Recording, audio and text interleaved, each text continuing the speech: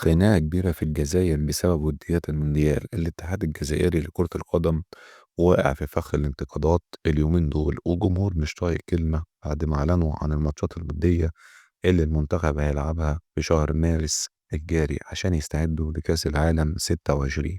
ايه الحكاية؟ الاتحاد قال ان رجالة رياض محرز هيلعبوا ماتشين في ايطاليا. الماتش الاول ضد غواتيمالا يوم 27 مارس في مدينة جنواي.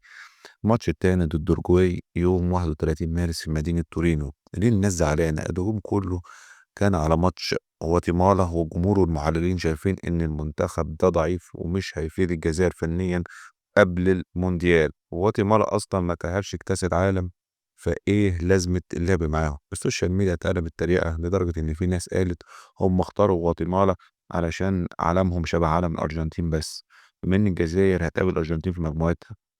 الجانب المنور في الموضوع ماتش اورجواي هو اللي شال الليله شويه، لانه اورجواي فريق تقيل ومشارك في المونديال. الماتش هيكون احتكاك قوي جدا ومفيد للمدرب واللعيبه.